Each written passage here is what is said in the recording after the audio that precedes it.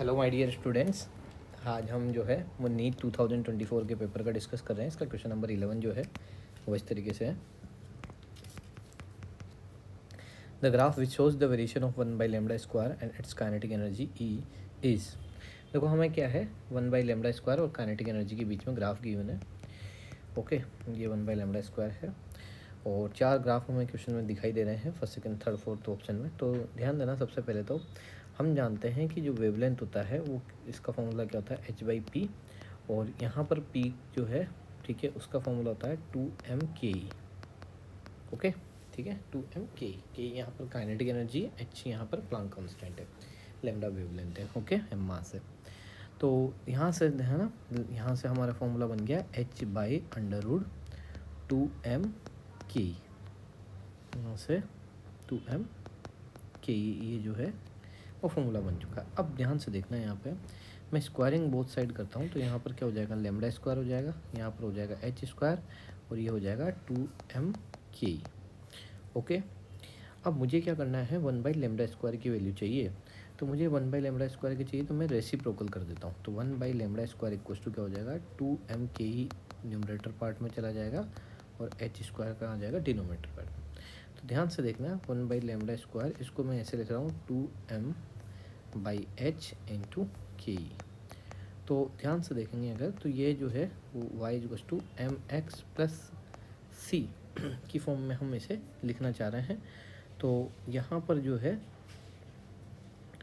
जो c की value तो क्या हो जाएगी 0, और ये 2m/h जो है वो क्या हो जाएगा स्लोप, और ये 1 बाई लेमडा स्क्वायर क्या हो जाएगा y की वैल्यू हो जाएगी। तो यहाँ पर ध्यान से देखना, और c जो है y इंटरसेप्ट क्या है, c की वैल्यू क्या हो जाएगी 0, y इंटरसेप्ट क्या हो जाएगा 0। तो यहाँ से अगर हम इसको ग्राफ को ध्यान से देखें तो इसका y इंटरसेप्ट तो 0 है, मतलब यहाँ से पास होगा, और जो है यहाँ पर 1 बाई लेमडा स्क्वायर के साथ जो है ई जो है काइनेटिक एनर्जी, मतलब ये लीनियरली है। तो लीनियरली अगर ग्राफ है मतलब डायरेक्टली प्रोपोर्शनल है, ठीक है। तो 1 बाई लेमडा स्क्वायर और काइनेटिक एनर्जी लीनियरली है। तो ये हमारा जो है वो जो है फोर्थ क्वेश्चन जो फोर्थ है वो आंसर करेक्ट हो जाएगा। क्यों करेक्ट हो जाएगा, उसका रीज़न क्या है कि यहाँ पर जो है वाई इंटरसेप्ट तो 0 है इसे, और यहाँ पर ये जो है 1 बाई लेमडा स्क्वायर और ई जो है ये काइनेटिक एनर्जी है, यहाँ पर ये एक दूसरे के लीनियरली प्रोपोर्शनल है। तो ये वाला ग्राफ हमारे पास क्या हो जाएगा, पॉसिबल हो जाएगा। ठीक है, आई होप आपको ये क्वेश्चन समझ में आया होगा। अब बढ़ते हैं हम नेक्स्ट हमारे 12 क्वेश्चन की तरफ। ठीक है, तो ये 12 क्वेश्चन है हमारा। ओके, क्वेश्चन नंबर 12 जो है वो क्या बोलता है, क्वेश्चन नंबर 12 हमारा ये बोलता है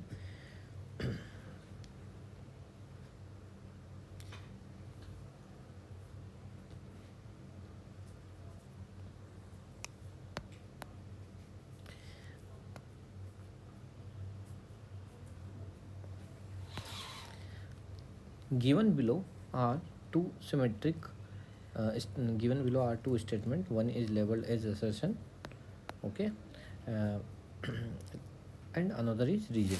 okay, assertion ये है potential V at any axial point at a 2 meter distance r from the center of dipole, the dipole moment p vector of magnitude 4 into 10 to the power minus 6 meter is।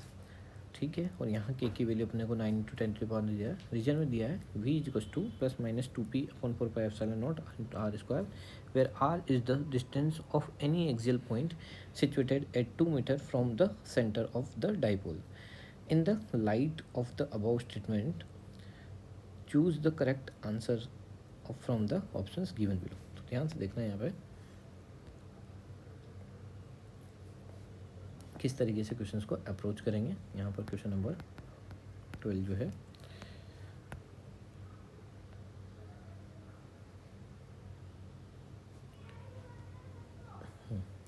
तो question number जो 12 है इसमें हमें बोला गया electric potential. Electric potential जो है उसका फॉर्मूला हम जानते हैं, वी पी इक्वल टू क्या होता है के क्यू बाई,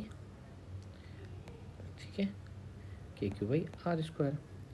अब हमसे बोला है the potential at any axial point, ठीक है। तो यहाँ पर के की वैल्यू कितनी गिवन है 9 into 10 to the power, ठीक है 9। क्यों हमारे पास चार्ज है के पी बाई आर स्क्वायर, ठीक है। यहाँ पर एक जेल लाइन पे इलेक्ट्रिक पोटेंशियल पता करना है, तो ये इसका फॉर्मूला क्या हो जाएगा, के पी बाई आर स्क्वायर। तो यहाँ पर के की वैल्यू ये है, पी जो है डाइपोल मोमेंट है, और इस डाइपोल मोमेंट की वैल्यू हो जाएगी 4 × 10⁻⁻⁶। और ये जो आर है वो क्या है, डिस्टेंस है, जो कि कितनी गिवन है, 2 मीटर की डिस्टेंस गिवन है। अगर हम इसे सोल्व करते हैं तो यहाँ से 9 2 कितना हो जाएगा 18, 9 में से 6 जाएगा तो 10⁻⁴ कितना हो जाएगा, ठीक है 3 हो जाएगा। तो यहाँ से 9 2 18 और 10⁻⁴ हो जाएगा, और यहाँ पर स्क्वायर था तो स्क्वायर है तो एक और 2 आएगा, ठीक है, आर स्क्वायर है तो अपॉन में 2, तो 9 × 10⁻⁴ क्या हो जाएगी, 3 हो जाएगी। तो ये जो फर्स्ट स्टेटमेंट है वो तो करेक्ट आ रहा है, ठीक है, फर्स्ट स्टेटमेंट जो है वो तो हमारा क्या आ रहा है, करेक्ट आ रहा है। बट यहाँ पर जो रीजन दिया हुआ है उसमें फॉर्मूले में इन्होंने क्या करा, 2 और एक्स्ट्रा लगाया हुआ, ठीक है, जबकि हमारा फॉर्मूला क्या है, के पी बाई, ठीक है, ये नहीं आना चाहिए, के पी बाई आर स्क्वायर ही है, ठीक है। यहाँ पर ये 2 एक्स्ट्रा दिया हुआ है तो ये 2 नहीं आना चाहिए, ठीक है। फॉर्मूला क्या है हमारा फॉर्मूला है, ठीक है, के पी बाई आर स्क्वायर, ठीक है। तो स्टेटमेंट सही है और स्टेटमेंट जो है सही है और रीजन जो है वो गलत है। तो वो statement A is true and R is false, इसलिए ऑप्शन नंबर 3 जो है वो क्या हो जाएगा, करेक्ट हो जाएगा। ओके, आई होप आपको ये क्वेश्चन समझ में आया होगा। बढ़ते हैं नेक्स्ट क्वेश्चन की तरफ। नेक्स्ट क्वेश्चन क्या है, ठीक है, क्वेश्चन नंबर 13 को देख लेते हैं। क्वेश्चन नंबर 13 में जो है ये बोला गया है, an unpolarised light beam strike on a glass surface at Brewster angle then. तो ये सिंपल सा डायरेक्टली ब्रूस्टर एंगल पे क्वेश्चन है, ठीक है। इसमें अगर कोई लाइट इंसिडेंट होती है और, ठीक है, यहाँ पर एक लाइट रिफ्लेक्ट होती है और एक लाइट जो होती है वो क्या होती है, रिफ्रैक्ट होती है। ओके, ये क्या हो जाती है, रिफ्रैक्ट हो जाती है यहाँ से।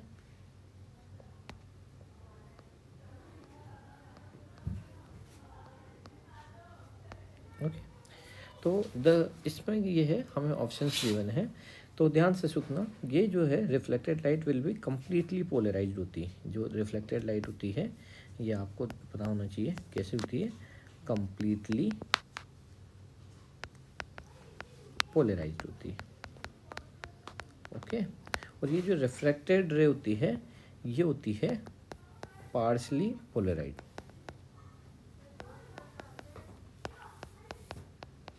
ओके, तो यहाँ पर ये हमें पता है कि जब भी कभी लाइट रे आती है तो एक लाइट रे जो होती है वो रिफ्लेक्ट हो जाती है, और जो लाइट रे रिफ्लेक्ट होती है वो कम्प्लीटली पोलराइज्ड होती है, और जो लाइट रे रिफ्रैक्ट होती है वो पार्शली पोलराइज्ड होती है। तो यहाँ पर हम ऑप्शन पढ़ते हैं, the reflected light will be partially polarized, नहीं होगा। The reflected light will be completely polarized, नहीं होगा। Both reflected light will completely polarized, नहीं होगा। The reflected light will be completely polarized but reflected will be partially polarized. तो ये option number 4 क्या हो जाएगा, करेक्ट हो जाएगा। आई होप आपको समझ में आया होगा। पढ़ते हैं नेक्स्ट क्वेश्चन की तरफ, जो कि हमारा क्वेश्चन नंबर 14 है, ठीक है। क्वेश्चन नंबर 14 जो है वो इस तरीके से है, given below are two statements, atoms are electrically neutral as they contains equal number of positive and negative charges.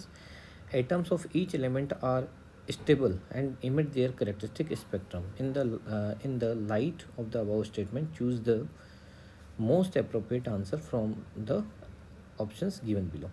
तो ध्यान से सुना, एटम्स आर इलेक्ट्रिकली न्यूट्रल, ये स्टेटमेंट जो है, ठीक है, स्टेटमेंट जो फर्स्ट है ये बिल्कुल करेक्ट है।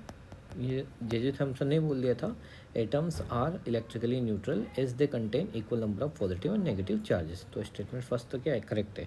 बट ये बोला गया atoms of each element are stable, atoms of each बोल दिया, ठीक है, atoms of each element are stable and emits their characteristic spectrum. तो ये बात क्या हो जाएगी, ईच नहीं आना चाहिए यहाँ पर, तो ये जो है वो मतलब सेकंड स्टेटमेंट रॉन्ग हो जाएगा। तो statement first is correct and second is false. तो statement first is correct and second is, तो कौन सा ऑप्शन हो जाएगा, थर्ड ऑप्शन हो जाएगा। क्यों, क्योंकि फर्स्ट स्टेटमेंट तो सही है, पर यहाँ पर तो इसमें बोल दिया atoms of each element are stable, ये गलत हो जाएगा, ईच नहीं आ सकता। ओके, बढ़ते हैं नेक्स्ट क्वेश्चन की तरफ। क्वेश्चन नंबर 15 देखते हैं। ठीक है। तो क्वेश्चन नंबर जो 15 है, इस क्वेश्चन नंबर 15 में हमें बोला गया है, क्वेश्चन नंबर 15 देख लेते हैं। क्वेश्चन नंबर 15 में बोला thermodynamic system is taken through the cyclic ABCDA, the work done by the gas along the path BC is. अब मेरी बात सुनिए, यहाँ पर हमसे बोला गया है वर्क डन। हम जानते हैं कि प्रेशर और वॉल्यूम के बीच में कभी भी कोई भी ग्राफ गिवन है और उसका वर्क डन फाइंड आउट करना है, तो हम एरिया अंडर दैट ग्राफ देख लेते हैं। तो यहाँ हमसे बोला गया है B से लेकर C में, ये BC वाला पार्ट है। तो यहाँ पर B है, यहाँ पर C है, और जो है यहाँ पर A है और ये D है। तो ये BC वाले पार्ट है। इसके नीचे जो एरिया कवर हो रहा है वो क्या है, 0 है। एरिया अंडर, तो वर्क डन क्या हो जाएगा, 0 हो जाएगा। तो work done by the gas along the path BC क्या हो जाएगा, 0 हो जाएगा, क्योंकि एरिया क्या हो रहा है, एरिया अंडर BC, ये BC पार्ट के अंदर नीचे देखा जाए तो एरिया कितना हो रहा है, 0, और एरिया 0 होने की वजह से वर्क डन क्या हो जाएगा, 0। इसलिए कौन सा ऑप्शन सही हो जाएगा, फर्स्ट वाला ऑप्शन सही हो जाएगा। Thank you.